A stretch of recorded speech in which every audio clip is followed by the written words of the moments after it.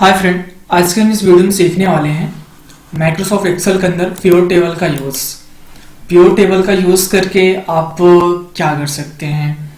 तो pivot table का use करके हम किसी डाटा को समराइज कर सकते हैं। तो किसी डाटा को हम समराइज करने के लिए मीन्स किसी डाटा को आप बिना फार्मूला लगाए सम कैसे कर सकते हैं, उसे अलग अलग फिल्टर कैसे कर सकते हैं। तो आइए हम सीखते हैं पिवट टेबल का यूज़ करके। तो हमारे पास यहाँ पर एक डाटा दिया गया है। इस डाटा में यहाँ पर हमारे में उसके बाद आइटम है, क्वांटिटी है, रेट है, अमाउंट है। इस डाटा के अकॉर्डिंग क्या करेंगे, हम पिवट टेबल का यूज करके देखेंगे। तो पिवट टेबल को अप्लाई करने के लिए आप पिवट टेबल फिर जाके क्लिक कर लीजिए। उसके बाद आपको यहाँ पर मिल जाएगा टेबल रेंज। टेबल रेंज पे आप यहाँ पर इस ऑप्शन पे क्लिक कर लीजिएगा और क्लिक करने के बाद आप टेबल का जो पूरा रेंज है उस एरिया का सिलेक्शन कर लीजिएगा। उसके बाद आप यहाँ पर इस डाउन एरो पे क्लिक कर दीजिए। इतना करने के बाद आपको यहाँ पर दो ऑप्शन मिल जाएगा। इसके नीचे आपको मिल जाएगा न्यू वर्कशीट। न्यू वर्कशीट का यूज हम एक नई वर्कशीट में पिवट टेबल को ओपन करने के लिए करेंगे। अगर आपको इसी सीट में पिवट टेबल को ओपन करना है तो आप एग्जिस्टिंग वर्कशीट पे क्लिक करेंगे।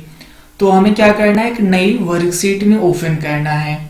तो इस पे हम क्लिक कर लेते हैं। उसके बाद हम ओके कर देंगे।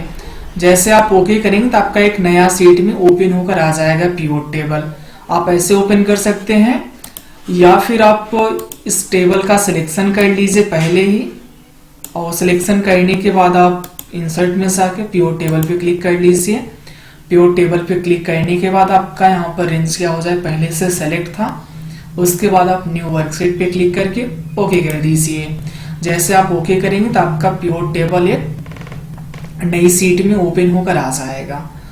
अब हमें यहाँ पर क्या करना है, इसका जो एम्प्लॉय नेम है इसे हम क्लिक एंड ड्रैग कर देते हैं रो के अंदर।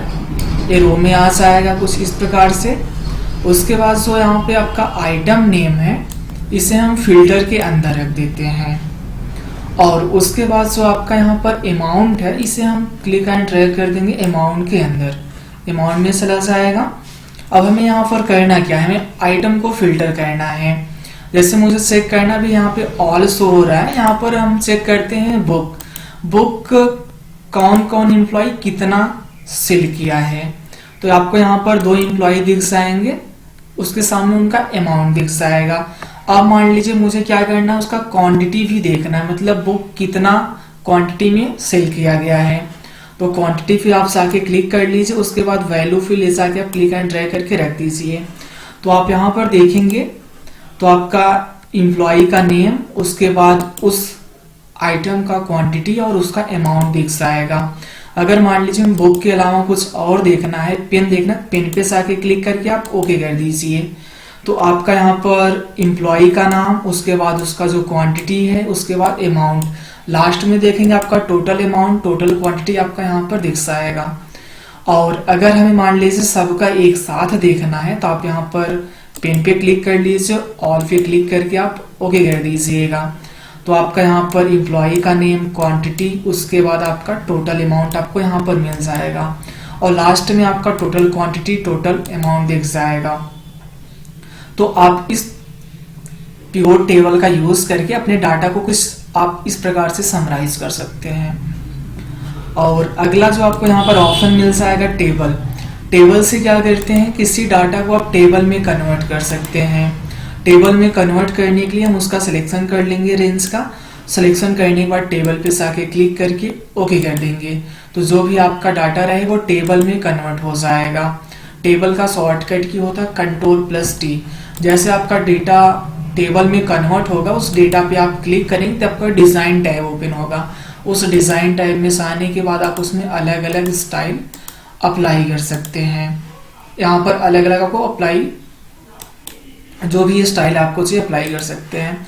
टेबल अप्लाई करने के बाद हमें यहाँ पर क्या फीचर्स मिलता है, जैसे मान लीजिए यहाँ पर आपका क्वांटिटी दिया गया है और यहाँ पर आपका रेट दिया गया है। हमें क्या करना है, उसका अमाउंट निकालना है। अगर वैसे करेंगे तो आपको इक्वल टू कर लीजिए, रेट का सिलेक्शन, मल्टीप्लाई आप यहाँ से क्वांटिटी से और इंटर कर दीजिए। तो जैसे मैंने एक किया और इंटर किया, पूरा एक साथ निकल कर आ जाएगा।